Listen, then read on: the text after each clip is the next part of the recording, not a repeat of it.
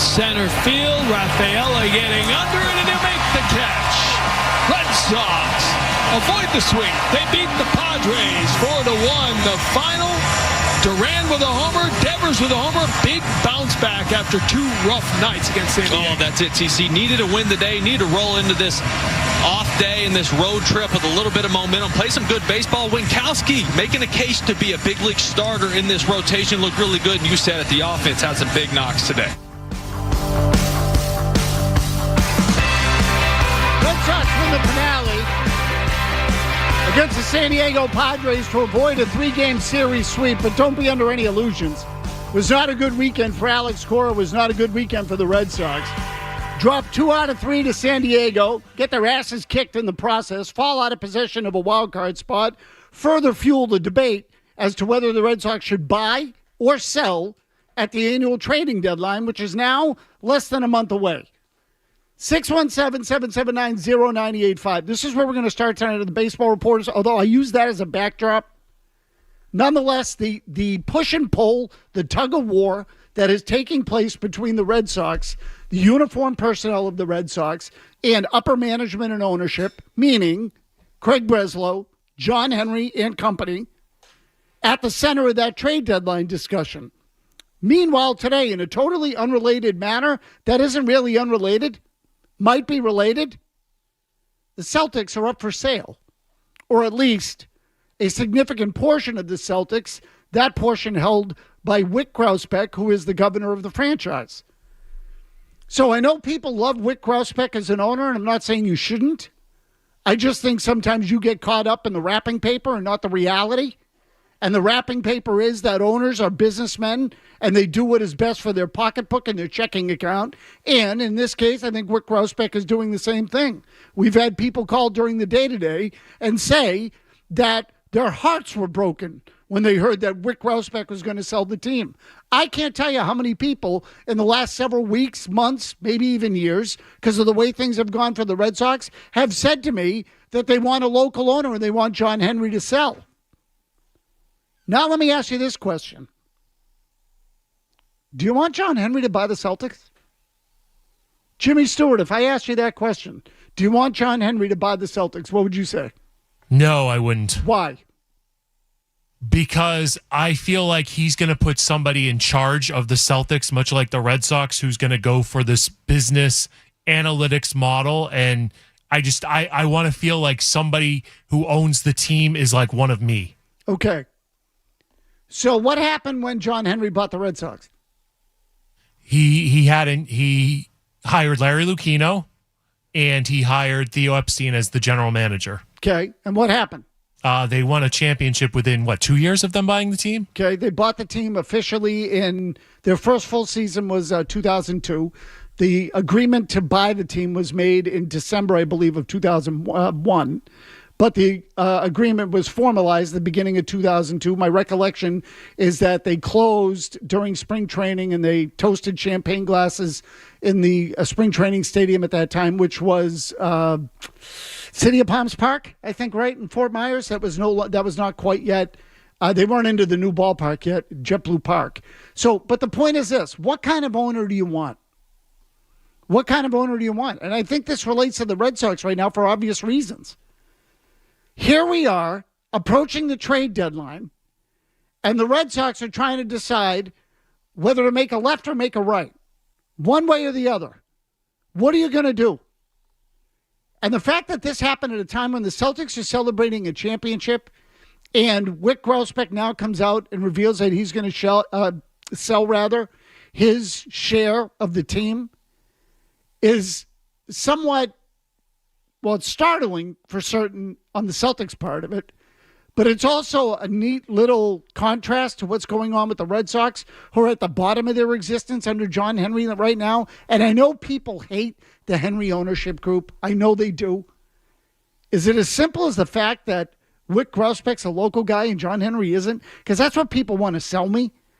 That's what people tell me. They want local owners. And I got to tell you, I think you're out of your effing minds to use that as your basis or that as your logic for who you want to own the Celtics next. You want a local guy? And I think that misses the mark by so much it isn't funny. It really, in fact, it further emboldens people who believe that Boston is nothing more than a provincial place that shuns outsiders and won't let them in. And I don't think that that's a good thing. I think that's a bad thing. Just my 2 cents. In the first 5 years of the ownership group of the Red Sox, they won 2 World Series. They won another one in 2013 and another one in 2018. They won 5 championships in their first, 4 in their first 17 years of existence. 4. Now, have things gone bad now? Yeah, they have. Jeremy Jacobs has owned the Bruins for, how long is it now? 50 years? 1 title?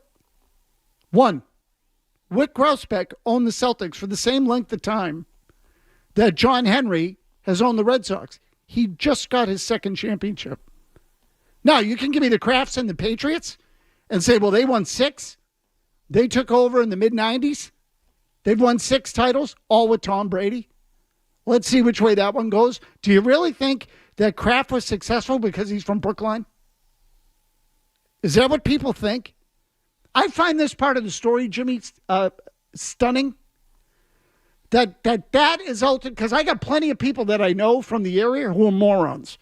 And if they own the team, would run them into the ground, probably like I would. I'd run them into the ground for sure. So, because I think I would too. I'm not equipped to own the team and make those decisions as much as I think I am. I win my fantasy league team almost every year. I could finish no lower than 3rd. I could be general manager. That I could do. Owner of the team is a little beyond my scope.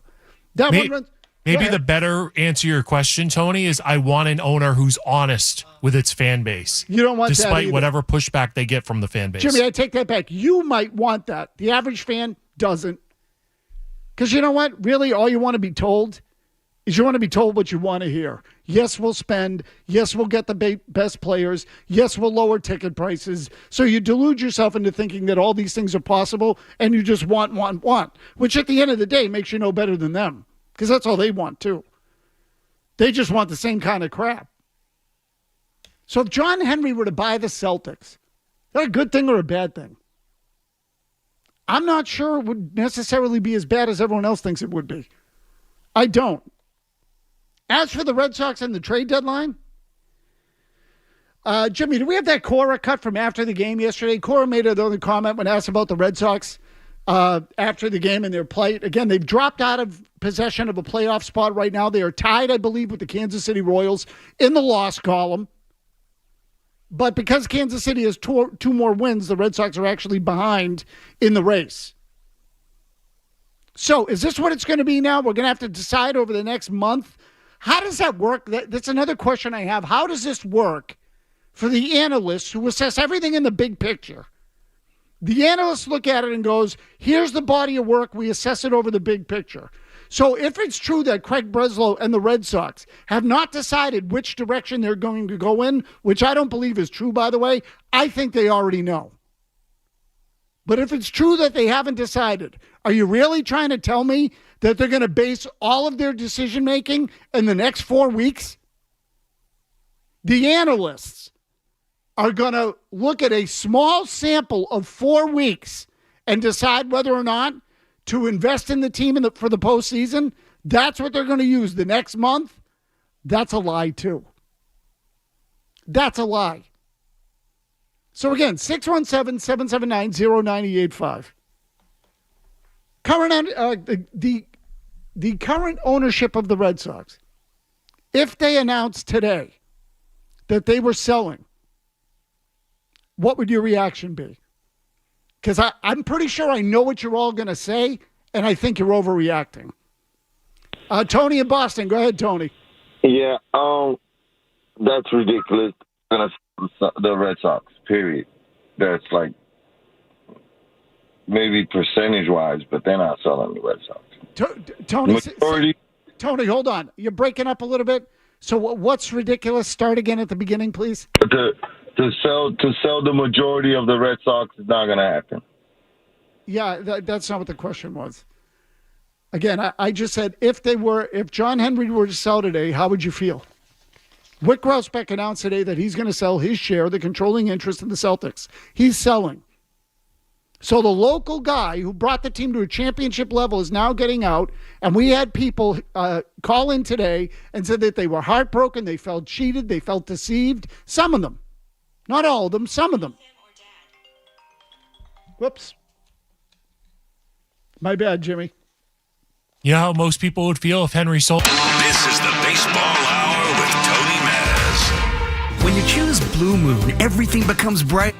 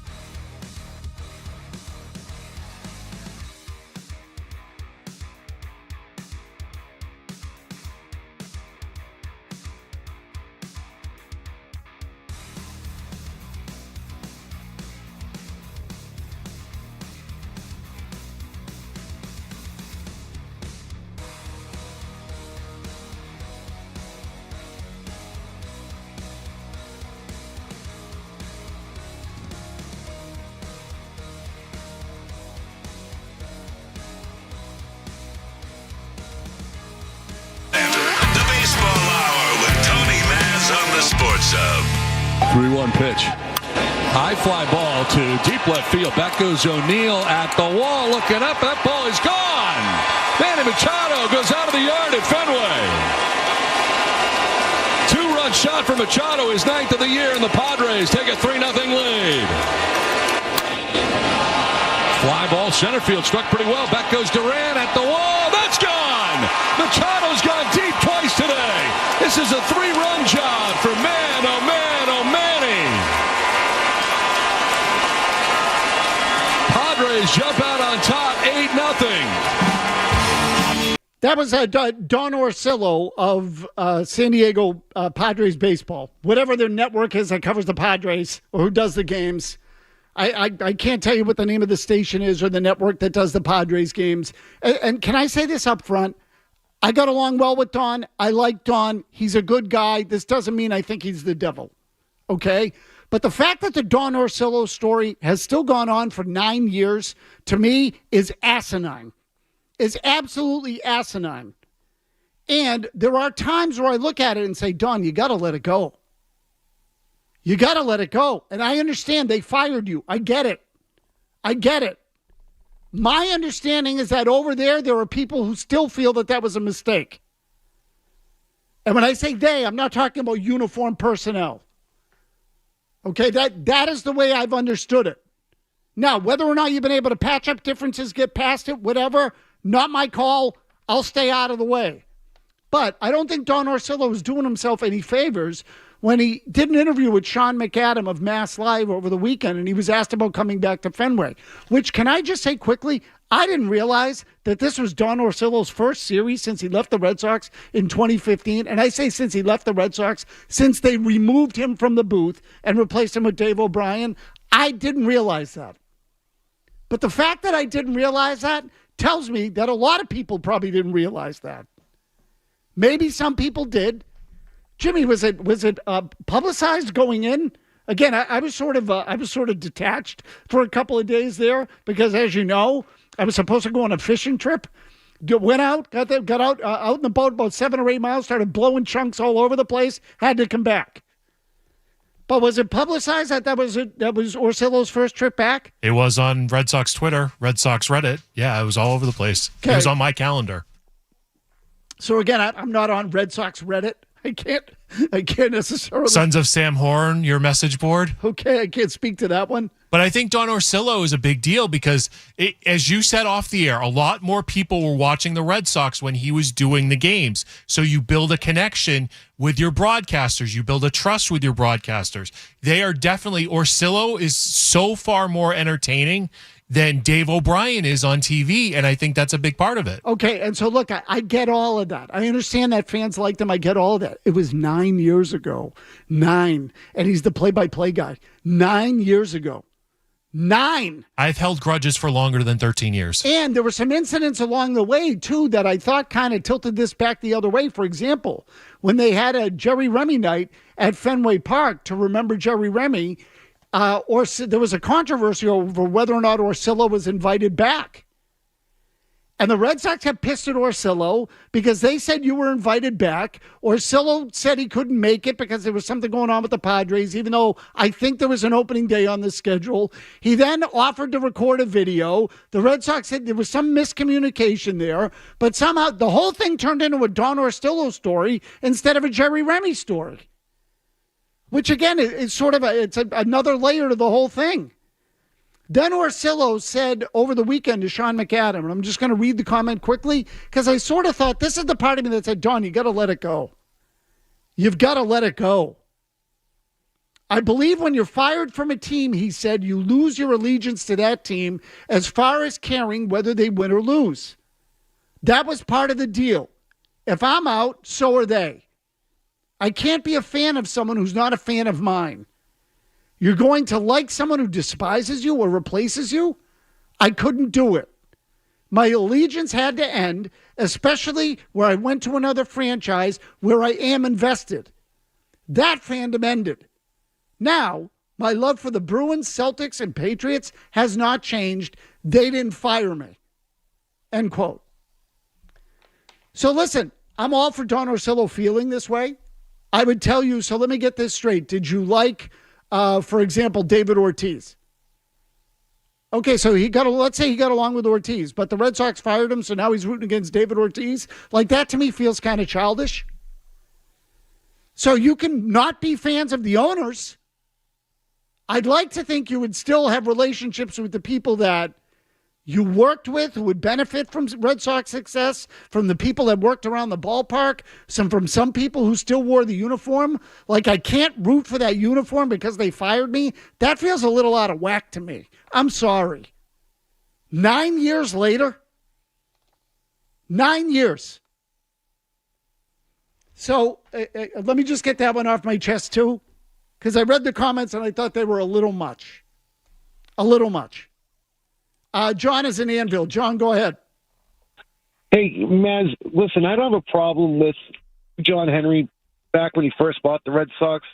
You had Theo and Leo who were pushing him to win. I've watched him take multiple franchises to mediocrity. You got RFK Racing, mediocre at best. Liverpool, mediocre at best. Pittsburgh, mediocre at best.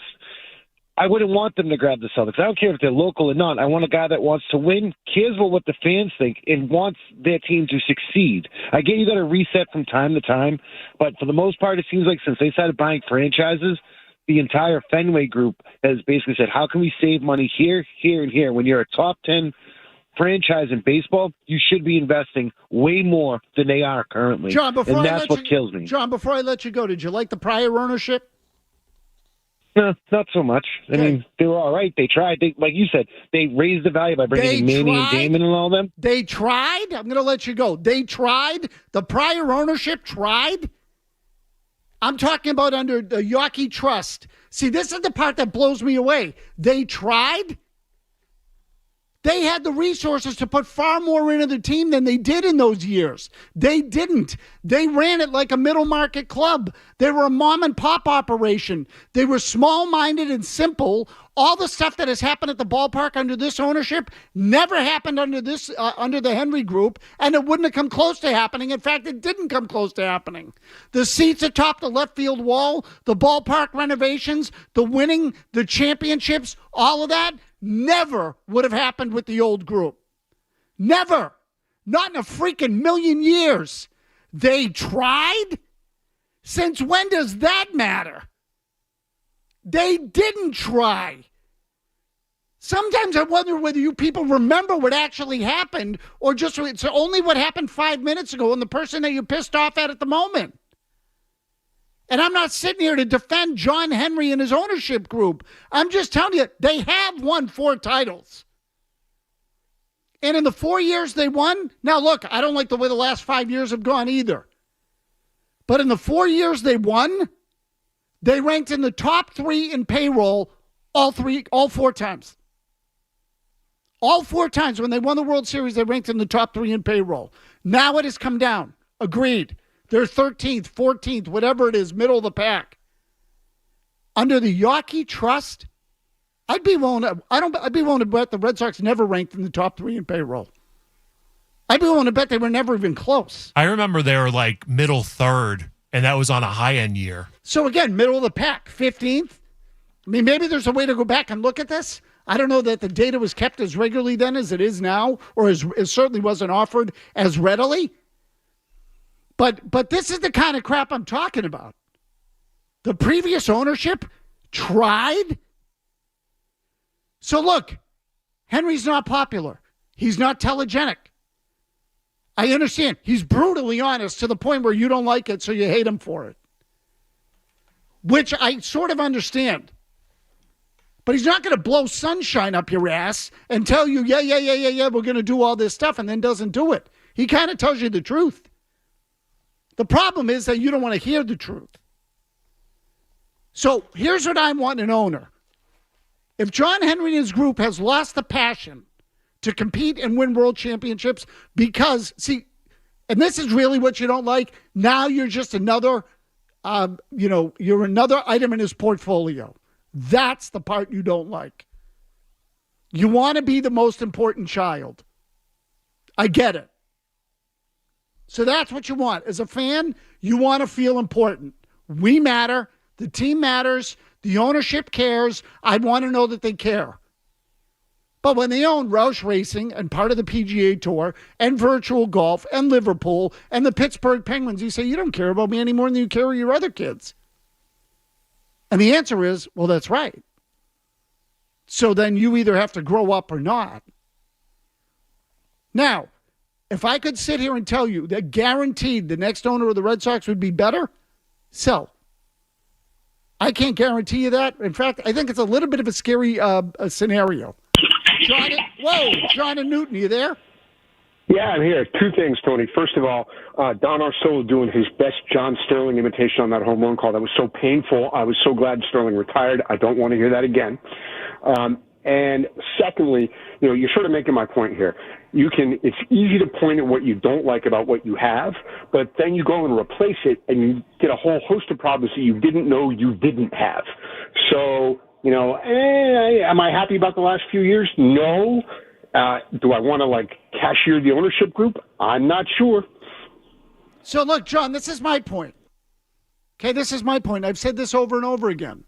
I want an owner with deep pockets. Henry has them. I'd like an owner that cares and wants to win. Over the last 5 years, I'm not convinced they care as much as they used to. And frankly, I don't know how it's even remotely possible that they could. So I wish they would stop telling me that. So I don't like that part either. That part I do feel is a lie.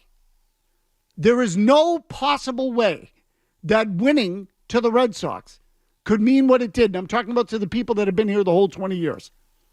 I'm talking about the owners and upper management. There's no way it means as much to you when that, if you read the story in the Financial Times, which was a couple of weeks ago now, you would know that by reading that story, that John Henry's obsession during the baseball offseason was the deal with the PGA. He was focused on the deal with the PGA during the offseason. So how could the Red Sox be more important to him? The deal with the PGA at that point was more important because it was newer, because he didn't have it yet. That's part of the deal. That is standard. That is standard human behavior. You start to take for granted what you have, and you start to move your focus and your sights on something new. There's a million divorces that have happened because of that. So let's not get ridiculous. But you can put someone in charge that does care and that wants to run it a certain way and win. And you can still hold them accountable for winning. I suppose Chaim Bloom was held accountable, but I don't think it was because he didn't win. I think it's because he lost too much. And I think there's a difference. So the Red Sox don't want to win as much as they used to. They can argue that one forever, but that's not going to change until they actually start to aggressively pursue players and talent and make aggressive decisions with their roster. Which brings us to the trading deadline. And the most recent thing that Alex Cora said over the weekend, which we'll play for you when we come back on the Baseball Hour. Kevin Majori has your headlines. Sports Hub headlines. Busy news day to start the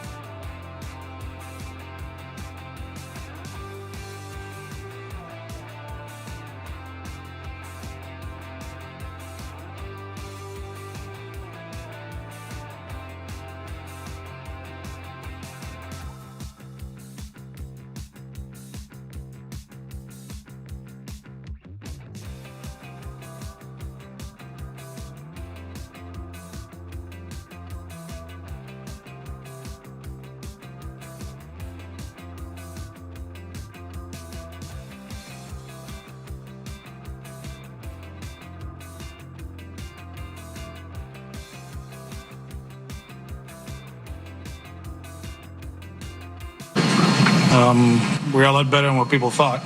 So we'll take that, but at the same time, we need to keep improving. Today we didn't turn a routine double play. There were 2 throws late in the game that were kind of like off. So keep developing these guys to be better. The trading deadline is the trading deadline. The standings are the standings. And, we're going to talk about that, of course, because that's what people want to hear. But at the end, I think we're doing a good job staying in the moment, not getting too high when we're playing well and not too low when we struggle.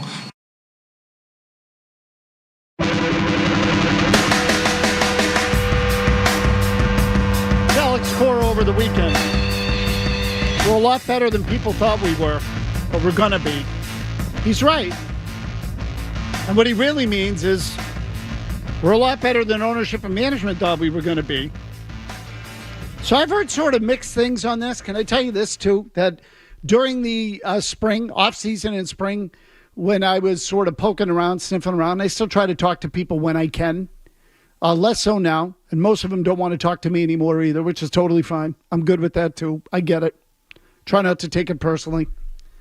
So I had people in and around the team tell me, we're going to be okay. We're going to fix this thing. It's just probably not going to happen this year.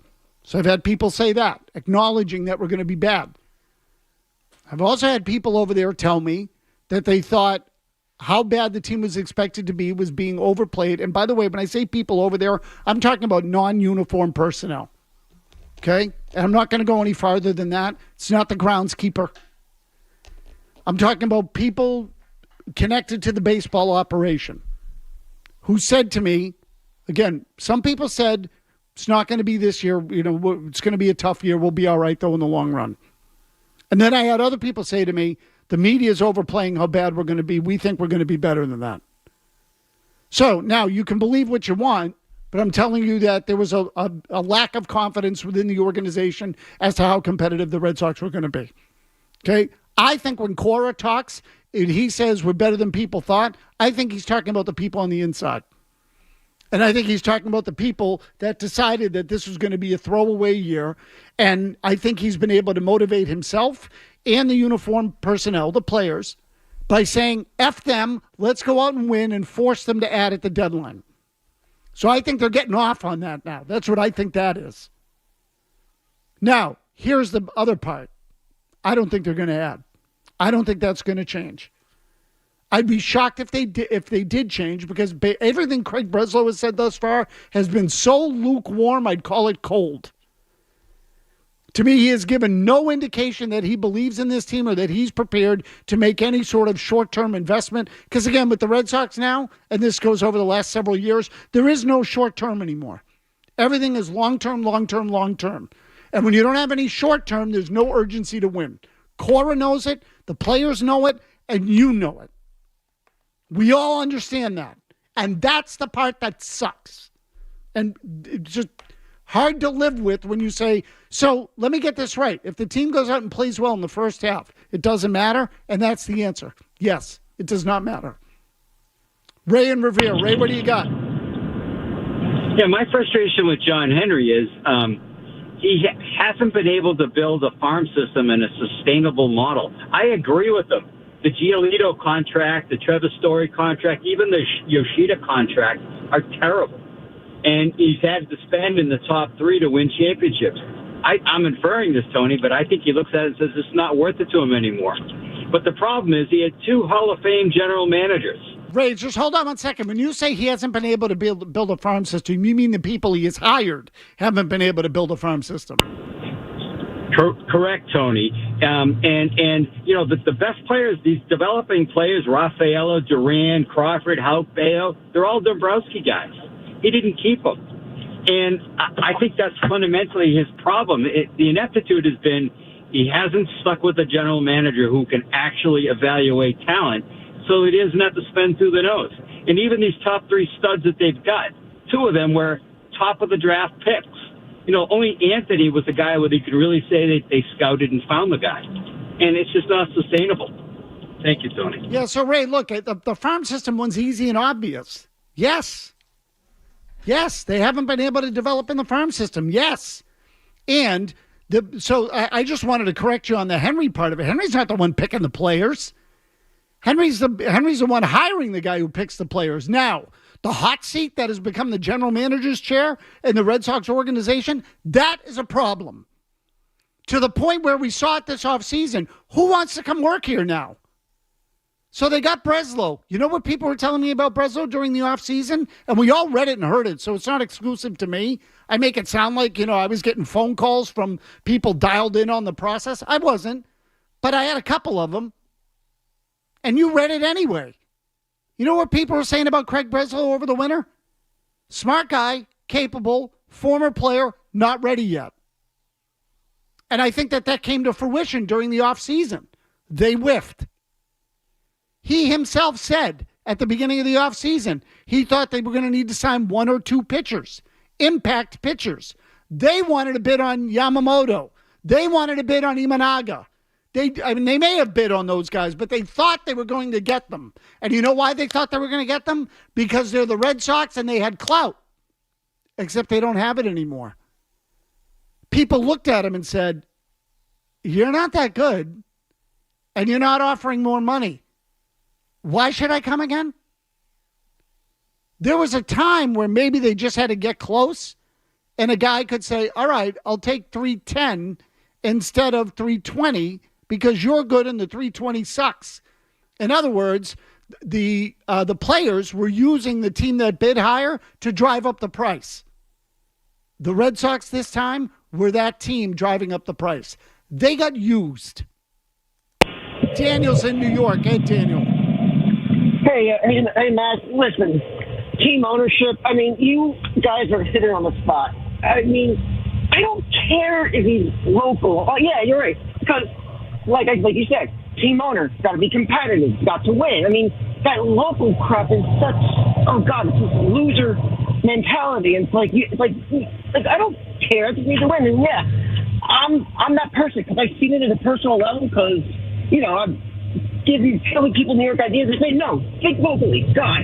Yeah, so, Danny, I'm going to let you go. Look, here's my only point. You would have killed to have George Steinbrenner as an owner.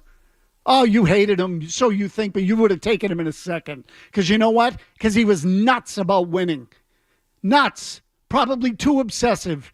Quick trigger finger the whole 9 yards. He hired and fired Billy Martin so many times I can't remember the total. But you would have loved him here.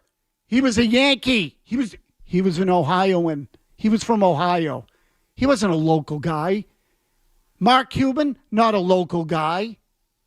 The people that you think are good owners aren't necessarily the local guys. They're people who care about winning. That's who they are. They're intense, competitive people who will lose their minds if they lose. John Henry's going to cash out. At the beginning, I thought that's what they were. I think that's what Larry Lucchino was. I think losing Lucchino was a big blow to that organization. Now Theo Epstein's back, and everyone thinks that's who Theo is. Theo will straighten them out. Let's see. Theo's now part of Fenway Sports Group. What else does he get his hands in? And I'm not blaming Theo, because at the end of the day, he's reporting ownership. But does baseball matter as much to Theo as it used to? Do the Red Sox matter as much? Or is Theo now in a different stage of his life building his portfolio? Because I wonder about that too. Nick in Providence. Nick, what do you got? Hey, Tony, there are some statements that have been made by both Alex Cora and Ken Rosenthal that are just attacks, if you will, at Henry and the management group. And that's let's be greedy, don't settle from Cora.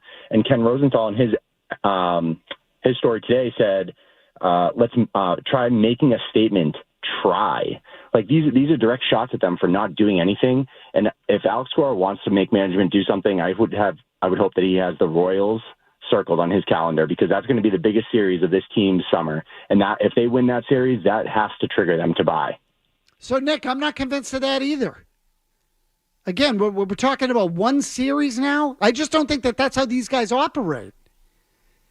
So, again, when I say how they operate, let me call up the schedule. Jimmy, when's the series with the Royals? That's coming up over the weekend, right? That's the one leading into the All-Star break, if I'm not mistaken. So I think they get the Royals on the final weekend of the first half. Let me just double check that. Yeah, Kansas. Oakland during the week, and then the Royals on the weekend, then the All-Star break. Okay, so the next 2 weeks for the Red Sox. Miami, 3 games start tomorrow, then 3 with the Yankees over the weekend. Those are all on the road. At Miami, at New York this week. Next week, Oakland at home, Kansas City at home. So you're telling me, and look, I'm picking on the caller here, but I don't think that one series is going to decide it. These guys are into the analytics. These guys are weighing it all out in total. And they are looking at all the projections and the numbers and the ones that are indicators and ones that aren't.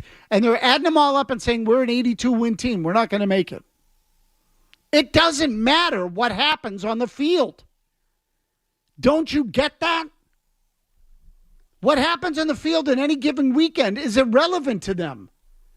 They look at the data, the trends, and what the numbers tell them. That's it. They take all human emotion out of it. Human beings make mistakes, don't you know? Or so do the freaking formulas and computers, but that's neither here nor there. The data comes back to human error because the program wasn't written correctly or it's not as thorough and blah, blah, blah, blah, blah. And I'm not yelling at the caller. But they are not going to base it on one series against the Kansas City Royals. For them, it's much, much bigger. It's about the full body of work and the trend of Rafael Devers' career. How's that year going compared to others? What years of his career is he in? Is he in his prime? What can we expect from a third baseman who's 27, 28 years old, who has the same type of profile as Rafael Devers in his peak years? That's the productivity we're going to get, let alone the pitchers. You don't think they've already studied what Tanner Houck's numbers are going to be in the second half of the year now that he's eclipsed the number of innings he's pitched for any other season? Of course they have. They already think that Tanner Houck's going to go 3-7 in the second half because that's what the numbers tell them because he'll run out of gas. That's what they're basing it on. How they play, sadly, doesn't matter. And when I say sadly, that's what I mean, because that is sad. We'll wrap it up when we come back.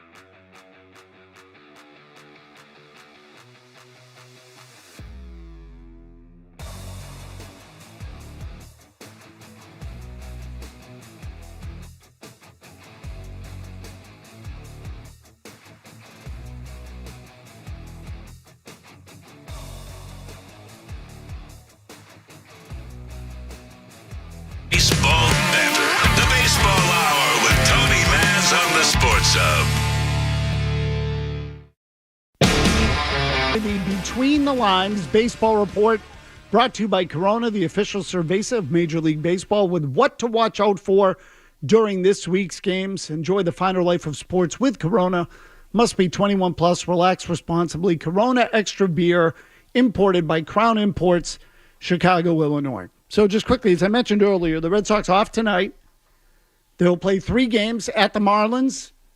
So interleague play, when it began, again, it had never existed before 1997. So we've now had it for 27 years, and they've changed the schedule some and what have you. So it used to be you only played games in your division. Then they changed it to you would rotate, play a different division every year.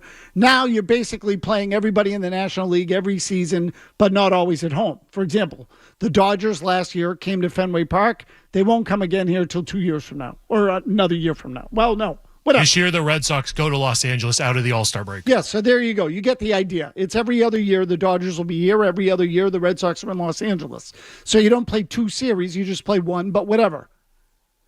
Since the start of interleague play, Jimmy, do you know who has the best record in interleague play? I think it's the Red Sox. Number 1. Number 1 in the American League. I remember them cleaning up on the National League during the Theo Epstein, Terry Francona era. Now, I don't know if that is quite as true in the last couple of years as it has been, as it was in the past. I'd have to go back and look. But overall, the Red Sox have the best record in interleague play of any franchise in the game. The Marlins are in the middle of the pack in the National League. They're under 500. Okay? So that's a long way of me saying you better kick the crap out of some of the teams you're going to play in the next week. The Red Sox actually beat the Yankees in a series recently that was here.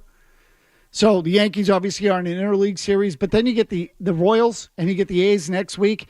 If the Red Sox can have a good couple of weeks, it will put pressure on ownership to do something at the deadline. It doesn't guarantee it. I still think that at the end of the day, Craig Breslow, John Henry, and Tom Werner are all going to give the Red Sox uniform personnel the finger. That's what I think. Adam in Pawtucket. Adam, quickly. I co-sign. Hey, Tony. Real quick, yeah, I think they're going to give them the finger also. To be honest with you, I don't know if you had a take on this earlier. I jumped on kind of late, but I really hope that they don't pull the excuse out of their butts about, we're going to have some injury people on the IL coming back, for the trade deadline, the Chris Sale year. I think it was Trevor Story last year or 2 years ago. I hope they kind of do something this year. What they do, I don't know. I'm hoping it's a starting pitcher, but I don't know. I'll hang up and listen to what you think. Adam, I can guarantee you they shove that injury stuff right down your throat. Guaranteed. Tristan Casas, Exhibit A. Exhibit A. Well, we're getting Casas back. That sort of there's no pickup that we could have made that was going to be better than Casas. Get ready for it because that's coming. So, a friend of mine texted me this morning, hey, are they, they couldn't possibly do nothing at the deadline. I said, no, they could. They will. They don't want to add. They don't believe. They don't believe. Frankly, I am sometimes stunned what you put up with as a fan.